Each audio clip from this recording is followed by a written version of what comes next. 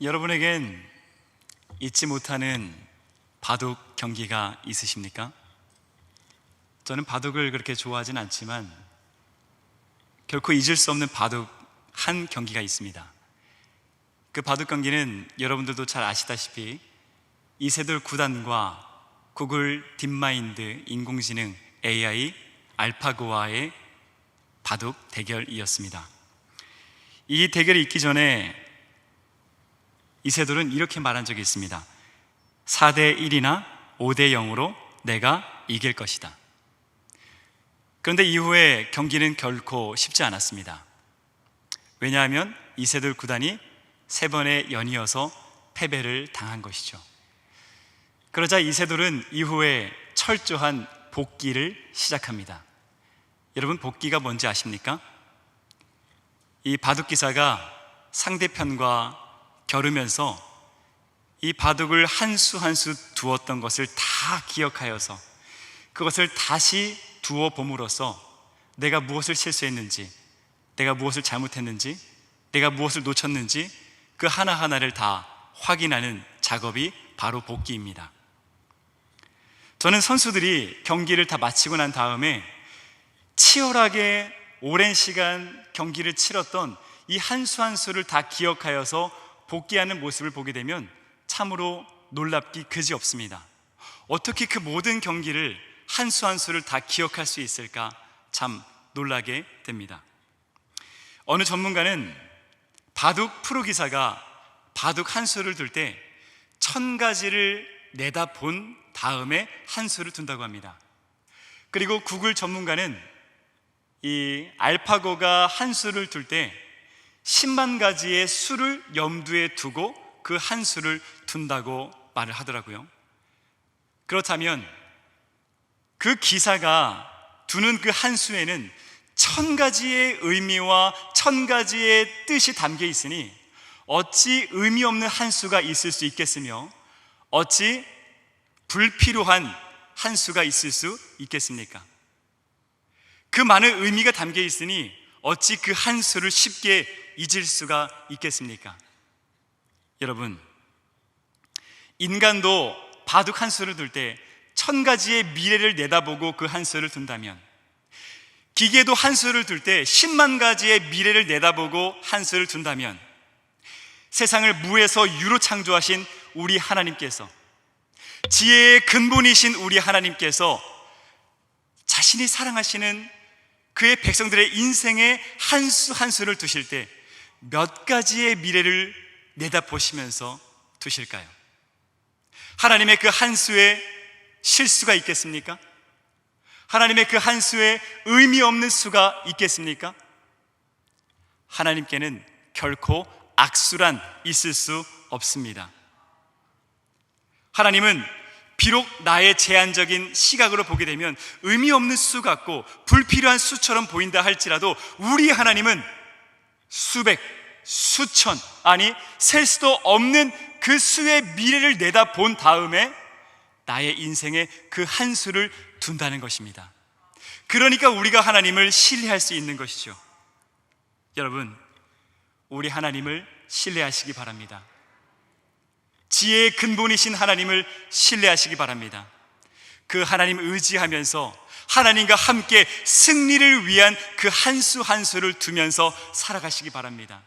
그래서 저와 여러분들 삶 가운데 우리 하나님을 철저히 의지함으로 하나님과 함께 승리를 향해 믿음의 발걸음을 계속해서 옮겨 나아가는 우리 모두가 되기를 간절히 바랍니다. 오늘 말씀의 주인공인 이 다윗은 학자들의 의견에 따르면 약 12세에서 15세에 사무엘이 기름 부어서 이스라엘 왕으로 삼았다는 사실을 우리는 추정할 수가 있습니다. 그러나 이후에 다윗은 쉽게 왕위에 오를 수가 없었죠. 그의 앞에는 사울이라고 하는 이 장벽이 놓여 있었기 때문입니다. 사울의 이 시기로 인해서, 질투로 인해서 다윗은 끝없는 고통과 괴로움과 생명의 위협과 가난과 배고픔과 그 수많은 고난을 그가 겪게 되었습니다. 그런데 어느 날 이스라엘이 블레셋과의 전투를 벌이는 이 길보아 전투 가운데서 사울이 전사했다는 그 소식이 다윗의 귀에 들려오게 됩니다. 그리고 때가 되었습니다. 18년 전에 하나님께서 내가 너를 이스라엘의 왕으로 세워주겠다 말씀하신 그 말씀이 이루어질 때 말입니다. 18년 동안 한시도 잊지 않았고, 한시도 그 기도를 놓지 않았고, 한시도 하나님께서 보여주신 그 비전과 꿈을 바라보면서 그 소망을 꿈꾸면서 붙들었던 그 말씀이 이제 이루어지는 때가 되었다는 것입니다. 다윗은 이후에 결단을 내리게 되었고 이렇게 행동을 하게 됩니다. 사무엘하 2장 1절 말씀입니다.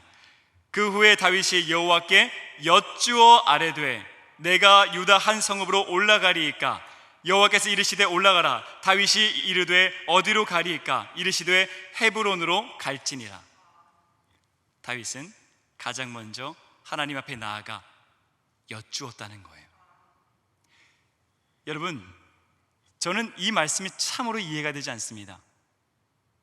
하나님께서는 분명히 다윗을 왕으로 세워주시겠다 말씀하셨고, 그리고 다윗은 그것을 잊지 않고 끊임없이 치열하게 기도해왔고, 그리고 그 꿈이, 그 말씀이 이루어지는 모든 상황이 딱딱딱딱 다 진행된 이 순간, 이때는 행동할 때 아닙니까? 한시라도 더 늦기 전에 사울의 아들 이스보셋이 왕위에 올라서 방비를 하기 전에 속히 적을 기습 공격해야 하는 순간 아닙니까? 그런데 다윗은 그러지 않았다는 거예요. 그는 행동하기 전에 먼저 하나님께 나아가 여쭈었다는 것입니다. 기도했다는 것입니다. 여러분, 지금은 한가하게 하나님께 기도할 때가 아니라 행동할 때 아닌가요? 그런데 다윗은 모든 것이 완벽하게 준비되어 있는 그 순간 속에서도 여전히 하나님을 찾았어요. 하나님께 물었어요. 여러분, 다윗의 이름의 뜻이 무엇입니까? 다윗의 이름의 뜻은 사랑받는 자라는 뜻을 가지고 있습니다.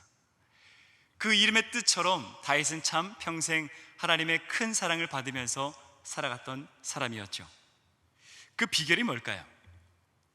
성경은 다윗과 하나님과의 그 관계를 설명할 때 이렇게 설명하죠. 하나님과 마음이 합한 자였다. 이 말은 뭐예요? 다윗이 늘 하나님의 마음을 품었다는 거예요. 그래서 하나님의 마음이 다윗의 마음이었고 다윗의 마음이 곧 하나님의 마음이었다는 것입니다. 어떻게 그럴 수 있을까요? 방금 이야기한 이 성경 구절을 NASB라고 하는 영어 성경을 보게 되면 이렇게 번역을 하였습니다. A man after my heart. 다윗은 끝까지 하나님의 마음을 뒤쫓는 사람이었다는 것입니다. 그래서 하나님의 마음이, 하나님의 뜻이 어디에 있는지 날마다 확인하고 날마다 그 마음을 뒤쫓는 삶을 살았다는 거예요. 그래서 하나님의 마음에 자신의 마음을 두고 하나님의 뜻에 자신의 뜻을 두면서 그는 살아가게 되었다는 것입니다. 그러니 평생 다윗의 인생에 늘 하나님께서 앞서가시니, 늘 하나님의 그 등 뒤에서, 하나님의 그늘 안에서 그가 인생을 살아갔으니 그 누구보다 담대하고 당당한 인생을 다윗이 살아갈 수 있었다는 것입니다. 그리고 하나님과 가장 가까이 있으니 하나님의 따스한 보살핌을 받으면서 하나님의 그 따스한 사랑과 그 은혜를 누리면서 다윗이 살아가게 되었다라고 하는 거예요. 그러니 다윗은 이 하나님의 은혜와 사랑을 체험한 자로서 그 인생 가운데 가장 두려웠던 것은 하나님과 마음이 나눠지는 것이었어요. 하나님과 멀어지는 것을 다윗은 가장 두려워했다는 것입니다. 사랑하는 여러분, 그리스도인은 하나님이 필요한 사람입니다. 그리스도인은 하나님과 한 마음을 품는 사람입니다. 그리스도인은 하나님 가장 가까이에서 하나님의 따스한 보살핌을 받으며 하나님의 은혜와 사랑을 가장 가까이에서 누리면서 살아가는 사람입니다. 그러므로 그리스도인에게 있어서 가장 두려운 것은 가난과 역경과 고통과 어려움이 아닙니다. 가장 두려운 것은 하나님과 멀어지는 것입니다. 하나님과 마음이 나눠지는 것입니다. 그러므로 그리스도인은 평생 하나님과 마음이 나눠지지 않도록, 하나님과 멀어지지 않도록 날마다 고군분투하는, 하나님의 마음을 여쭙고 하나님의 마음을 뒤쫓는 그 인생을 우리가 살아가야 한다는 것입니다. 그리스도인에겐 하나님이 필요한 순간이 있고 하나님의 필요 없는 순간이 있을 수 없습니다. 우리는 때때로 내 인생의 고통과 고난과 질병과 아픔이 찾아오면 하나님을 찾습니다. 하나님 도와주십시오. 하나님 제 질병 고쳐주십시오. 제 어려움 가운데서 저를 구원해 주십시오. 우리는 간절히 기도합니다. 왜? 그때는 하나님이 필요한 순간이라고 우리는 인정하기 때문이에요. 그러나 우리 인생 가운데 평안이 찾아오고 안락이 찾아오고 잘 된다고 생각이 들고 모든 것이 평안하다고 느낄 때 우리는 하나님을 찾지 않습니다. 왜? 그때는 하나님이 필요한 순간이 아니라고 우리는 생각하기 때문입니다. 그러다가 어떻게 됩니까? 우리의 믿음은 점점 힘을 잃고 하나님과 마음이 나뉘고 하나님과 멀어지면서 하나님의 사랑과 그 은혜 조금도 체험하지 못한 채 우리는 영적 침체에 빠지게 된다는 것입니다. 그리고 내 인생 가운데 질병과 아픔과 고통이 찾아오면 그제서야 빈손으로 두 손 들고 하나님 앞에 나와 다시 도와달라고, 다시 인도해달라고, 다시 구원해달라고 우리는 기도하게 된다는 것입니다. 사랑하는 여러분, 어떠한 순간에도 하나님의 뜻을 구하고 하나님의 마음을 구하는 것을 멈추지 마시기 바랍니다. 내 인생 가운데 가장 두려운 것은 내가 가난에 처하는 것이 아니라, 내가 질병 가운데 처하는 것이 아니라 하나님과 멀어지는 것임을 인정하면서 날마다 하나님을 붙드는, 하나님의 말씀을 붙드는, 하나님의 기도를 붙드는 인생을 살아가시기 바랍니다. 그래서 인생의 마지막 한 걸음까지도 기도를 담아서 담대하게 믿음의 행진을 걸어가시기 바랍니다. 그래서 날마다 우리 하나님과 함께 사랑의 발걸음을 걸어가며 하나님과 가장 가까이에서 사랑의 보살핌을 받으며 하나님께 이 시대 가장 사랑받는 자, 하나님과 날마다 마음이 합한 자의 인생을 살아가는 우리 모두가 되기를 간절히 바랍니다. 이후에 말씀을 보게 되면 하나님은 다윗이 기대한 것 말고 다른 것을 응답하시는 것을 보게 됩니다. 1절을 보게 되면 하나님은 다윗에게 어디로 올라가라고 말씀하셨습니까? 헤브론으로 올라가라고 말씀하셨죠. 여러분, 사울이 집권하던 때에 이스라엘의 수도는 기브아였습니다. 그러면 지금 왕이 죽은 이 순간 다윗이 나아가야 할 곳은 어디예요? 헤브론이라고 하는 작은 성읍이 아니라 이스라엘의 수도 기브아로 나아가서 그 비어있는 그 왕의 자리를 탈환하는 것, 그것이 가장 중요한 순간 아니겠습니까? 그런데 하나님은 다윗에게 기브아가 아닌 헤브론으로 나아가라고 말씀하셨습니다. 그런데 다윗은 자신이 원하는 길로 하나님께서 인도하시지 않았음에도 불구하고 그는 기도했기 때문에, 하나님께서 응답하셨기 때문에 그는 기브아에 나아가고자 하는 이 마음을 내려놓고 헤브론으로 나아가게 됩니다. 그러자 놀라운 일이 일어나게 됩니다. 다윗을 찾아온 한 사람들이 있었습니다. 사무엘하 2장 4절 상반절만 제가 읽어보겠습니다. 유다 사람들이 와서 거기서 다윗에게 기름을 부어 유다 족속의 왕으로 삼았더라.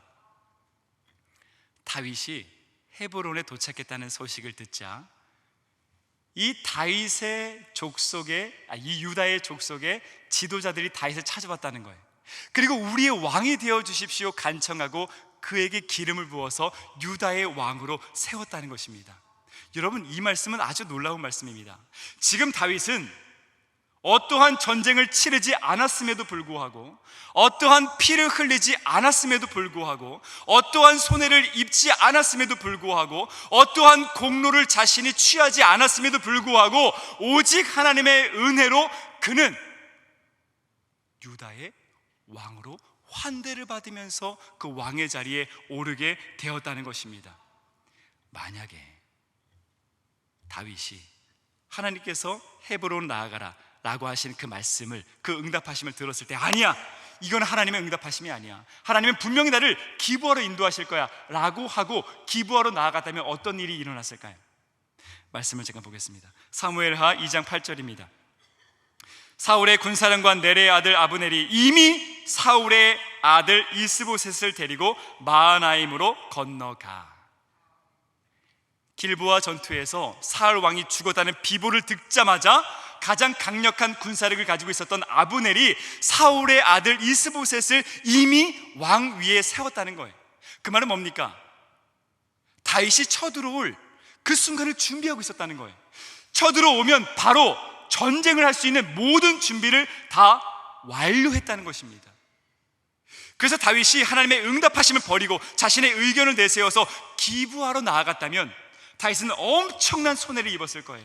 엄청난 생명을 잃었을 거예요. 왜냐하면 그의 군사는 이스라엘 나라의 열세였고 그는 군량미를 조달받을 수 있는 거점 기지도 없었기 때문에 전쟁이 길어지면 길어질수록 다윗이 승리할 수 있는 확률은 아주 떨어지게 되었다라고 하는 것입니다. 그러므로 하나님은 다윗은 보지 못했지만 하나님은 이미 모든 것을 다 감찰하셨기 때문에 다윗을 가장 안전한 길로 인도하셨다는 것입니다. 그래서 그가 어떠한 피 흘림이 없음에도 불구하고 오직 은혜로 왕 위에 세워졌다라고 하는 것이죠. 그렇습니다, 여러분. 우리 하나님은 우리가 바라보는 시선보다 더 넓은 것을 이미 바라보고 계신 하나님이십니다. 우리가 갖고 있는 이 지혜와 지식을 뛰어넘는 세상을 창조하신 모든 것을 주관하시는 지혜를 갖고 계신 분이 바로 우리 하나님이라는 것입니다. 그리고 그 하나님은 우리의 아빠가 되시기 때문에 우리를 위해 창세 전부터 우리가 누릴 그 은혜와 사랑을 이미 예정하고 예비하신 분이 바로 우리 하나님이라는 것입니다. 그런데 여러분, 이 하나님의 예정하시고 예비하신 축복은 우리가 순종했을 때 누릴 수 있다는 것입니다. 다윗은 기브아로 나아가고 싶었지만 기브아에는 하나님의 말씀이 없었고 하나님의 뜻이 없었기 때문에 하나님께서 예비하신 은혜와 사랑과 축복이 기브아엔 없었다는 거예요. 하나님의 말씀이 있었던 그 헤브론에 나아갔을 때야 비로소 하나님께서 예비하신 그 은혜를 다윗이 누릴 수 있었다는 것입니다. 그러므로 순종이란 날 사랑하시는 아버지 하나님께서 나에게 예비하신 그 은혜를 받아 누릴 수 있는 축복의 통로가 된다는 것입니다. 그러므로 불순종이란 하나님께서 날 위해 준비하신 그 은혜와 사랑을 나 스스로가 걷어차고 나 스스로가 반려하고 나 스스로가 거부하는 아주 어리석은 행동이라는 사실을 우리는 결코 잊지 말아야 한다는 것입니다.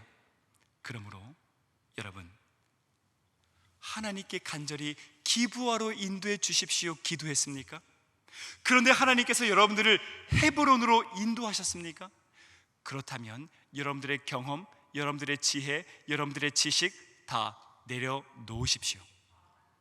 그리고 하나님의 말씀에 온전히 순종하여, 다 이해가 되진 않지만 비록 내가 원치 않는 길이지만 기브아가 아닌 헤브론으로 믿음의 발걸음을 옮기시기 바랍니다. 그랬을 때 우리는 하나님의 크신 은혜를 받아 누릴 수 있다는 그 사실을 잊지 않고 믿음으로 옮기는 그 발걸음으로 인하여 우리 모두가 하나님께서 창세부터 예비하신 우리를 향한 그 은혜와 사랑을 가득히 누리는 저와 여러분들이 되시기를 간절히 바랍니다.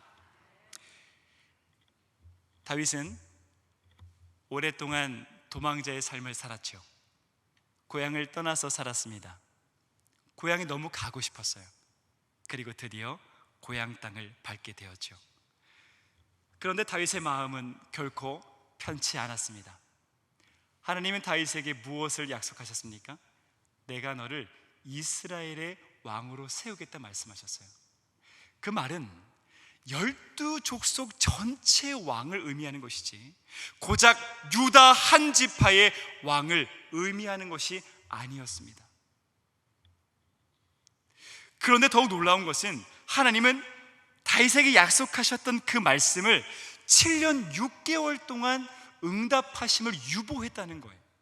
더 놀라운 것은 다윗은 비록 하나님께서 예비하신 말씀하신 그 약속이 온전히 이루어지지 않았지만 서둘지 않았다는 거예요. 그는 잠잠히 7년 6개월을 기다렸다는 것입니다. 그런데 이후에 우리가 성경을 보게 되면 이 기간 동안 하나님의 크신 은혜가 얼마나 많이 있었는지 우리는 확인할 수 있다는 거예요. 하나님은 성실히 일하고 계셨습니다. 다윗이 서둘지 않고 기부하러 나아가지 않고 7년 6개월 동안 잠잠히 기다리자 이스라엘 안에는 내란이 일어나기 시작합니다. 먼저 이스보셋의 가장 큰 힘이 되었던 군대장관 아브넬이 반역을 저지르게 되었죠. 그리고 이스보셋의 최측근이며 같은 족속이었던 바나와 레갑이 사울을 암살하게 됩니다. 그러자 또다시 다윗을 찾아오는 사람들이 있었어요. 사무엘하 5장 3절입니다. 이에 이스라엘 모든 장로가 헤브론에 이르러 왕에게 나오매 다윗 왕이 헤브론에서 여호와 앞에 그들과 언약을 맺음에 그들이 다윗에게 기름을 부어 이스라엘 왕으로 삼으니라. 다윗은 기다렸어요. 하나님의 시간을 기다렸습니다. 하나님의 때를 기다렸습니다. 그러자 다윗이 일하지 않아도 하나님께서 일하셔서 또다시 전쟁이 없이 피 흘림이 없이 어떠한 공로 없이 오직 은혜로 이스라엘 왕 위에 다윗이 올라서게 되었다라는 것입니다. 그리고 하나님은 이후 다윗을 33년 동안 이스라엘 역사상 가장 위대한 왕으로 인도해 주셨다는 것입니다. 잠시 저의 이야기를 하고자 합니다. 저는 사실 30대 초반까지 직장 생활을 했던 사람입니다. 그러다가 하나님께 하나님 저 더 많은 연봉을 받고 싶어요 라고 기도하면서 새벽 제단을 쌓으며 작정 기도를 하고 있었어요. 그런데 어느 날 새벽에 부르짖어 기도하는 그 가운데 하나님께서 찬송가 512장을 통해서 저를 부르셨습니다. 천성길을 버리고 라고 하는 찬양인데요, 밝히 말씀 전하라 죄인 영접하신다.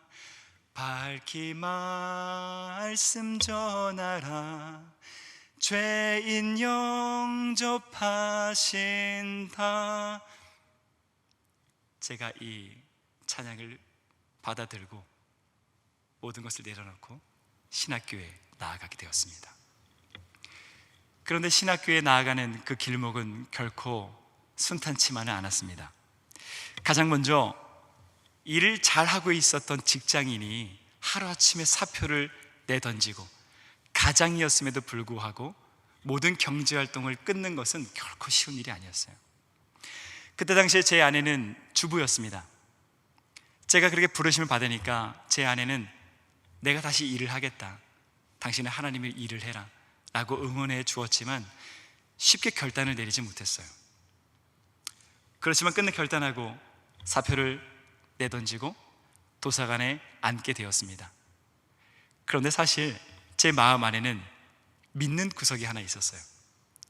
그 믿는 구석은 그때 당시 중소기업을 이끌고 있었던 장인 어른이 있었기 때문입니다. 그래서 힘들면 도와주겠지, 먹지 못하고 있으면 사주시겠지, 그런 마음이 있었어요. 그런데 이후에 장인 어른의 회사에 보도가 찾아오고 집마저 경매에 팔리게 되고 파산 신청을 할 수밖에 없는 그 고난이 장인 장모님 가정에 찾아오게 됩니다. 그리고 제가 얼마나 회개했는지 몰라요. 하나님, 제가 하나님의 종이 되겠다고 고백을 했는데 하나님을 의지하기보다는 사람을 의지하고 있었군요. 그리고 사표를 내던지기 전에 제가 고향이 충북 영동입니다. 이 고향에 찾아가서 아버지 어머니, 제가 직장을 그만두고 신학교에 가겠습니다 라고 이야기를 했더니 저녁 11시 반에 신학교에 갈 거면 다시는 집에 발도 들이지 말라고 내쫓김을 당했습니다. 그런데 진짜 문제는 바로 저 자신이었습니다. 모두가 일하고 있는 그 낮에 이 성장한 이 성인이 도서관에 앉아서 공부하는 건 정말 쉽지 않습니다. 뭔가 이 실직자가 된 것 같고 뭔가 인생이 실패한 것 같고 막 그런 생각이 자꾸 드는 거예요. 그래서 가정에 어려움이 찾아오고 경제적인 어려움이 찾아오면 가장 먼저 제가 찾아간 곳이 어딘지 아십니까? 여러분, 잡코리아를 아십니까? 사람인을 아세요? 연약해질 때마다 경력사원을 클릭하는 거예요. 어디 직장 없나? 그럴 때마다 아내에게 아주 혼났죠. 그렇게 3개월 반 동안 공부를 하고 한번 경험 한번 해보자 해서 시험을 보게 되었습니다. 결과는 예비 14번으로 합격한 거예요. 경험 한번 해보자 해서 시험을 봤는데 14번이라도 합격하니까 마음이 싱숭생숭한 거예요. 그래서 학교에 전화를 했습니다. 작년에 몇 번까지 합격했습니까? 그랬더니 14번까지 합격했다는 그 소리가 들리는 거예요. 와, 진짜 하나님의 뜻이다 생각을 하면서 그때부터 하나님께 부르짖었습니다. 하나님, 제발 합격시켜 주십시오. 저 더 이상 못하겠습니다. 주님, 정말 합격만 시켜주신다면 제가 신학교에 들어가서 그 누구보다 진짜 열심을 다해서 공부하겠습니다. 하나님 말씀 붙들겠습니다. 제가 기도했어요. 그리고 날마다 학교에 전화만 하는 거예요. 몇 번까지 붙었습니까? 몇 번까지 붙었습니까? 그렇게 2월이 됐습니다. 공부 하나도 못했어요. 끝내 결과는 어떻게 됐는지 아십니까? 예비 13번까지 합격이 된 거예요. 제가 그때 얼마나 하나님을 원망했는지 몰라요. 하나님, 어떻게 그럴 수가 있습니까? 제가 얼마나 힘든 거 아시잖아요. 그런데 왜 제 기도에 응답하시지 않습니까? 제가 이렇게 무너지는 것을 원하십니까? 원망이 막 나오기 시작하는 거예요. 더 나아가서는 제 부르심까지 제가 의심하는 지경까지 다다르게 되었습니다. 그런데 여러분, 이후에 시간이 지나면서 제 마음이 정리가 되자 하나님의 놀라운 그 은혜와 그 사랑이 물밀듯 저에게 찾아오게 되었어요. 하나님의 말씀이 너무 맛있는 것입니다. 너무 꿀송이처럼 너무 달콤한 거예요. 그래서 하루하루 더 먹고 싶었어요. 더 먹고 더 과식하고 싶었어요. 한 번도 체험하지 못했던 그 말씀의 그 은혜의 바다를 마음껏 헤엄치는 10개월을 제가 보내게 되었다는 것입니다. 그리고 하나님은 은혜로 저를 신학교에 합격을 시켜주시게 되었고, 지금까지 연약한 자를 포기하지 않으시고 목사로 삼으시고, 그리고 이렇게 귀한 우리 천안중앙교회 귀한 담임 목사님과 그리고 귀한 성도님들을 만날 수 있도록 저를 인도해 주셨습니다. 저는 이따금씩 그런 생각을 합니다. 제가 만약에 3개월 반 고작 그거 하나님 말씀 공부하고 신학교에 들어갔다면 나는 어떻게 사역하고 있을까? 하나님은 나의 이 떼 쓰는 기도에 불쌍해서 응답하셔서 나를 설익은 신학생으로 삼아주셨다면, 나의 이 설익은 말씀으로 인해서 얼마나 많은 영혼들을 병들게 했으며 얼마나 많은 영혼들을 잘못된 길로 인도했을까라는 생각이 들면 정말 온몸이 부들부들 떨립니다. 한 번도 체험해보지 못했던 그 말씀의 텅 빈 그 은혜의 말씀을 선포하여서 얼마나 영혼들을 배고프게 만들었을까라고 생각하면 너무 두렵습니다. 그저 설익은 자의 설익은 기도에 응답해 주시지 않은 하나님께 감사와 찬양과 영광을 올려드릴 뿐입니다. 여러분, 우리 하나님은 나보다 더 크신 분이십니다. 우리 하나님은 내가 보는 것보다 더 많은 것을 보고 계신 분이십니다. 그리고 그 하나님은 우리의 아버지가 되십니다. 그래서 그 아버지는 날마다 우리에게 더 좋은 것, 더 풍성한 은혜, 더 배부를 수 있는 그 은혜를 날마다 준비하시는 분이라는 것입니다. 사랑하는 여러분, 아빠 되신 하나님을 신뢰하시기 바랍니다. 내가 간절히 기부하를 인도해 주십시오 기도했다 할지라도 하나님께서 헤브론으로 인도하신다면 여러분들의 뜻을 내려놓고 나를 생명보다 더 사랑하시는 아버지의 뜻 앞에 무릎 꿇는 우리가 되기를 간절히 바랍니다. 섣불리 실망하지 마십시오. 차분히 믿음의 호흡을 하고 잠잠히 인도하시는 하나님을 바라보면서 나아가십시오. 그래서 저와 여러분들 삶 가운데 날마다 더 좋은 것을 주시는 하나님의 은혜와 창세전에 예비하신 그 사랑과 그 은혜를 가득 누리며 살아가는 저와 여러분들이 다 되시기를 간절히 바랍니다. 기도하겠습니다. 사랑과 은혜가 충만하신 아버지, 감사합니다.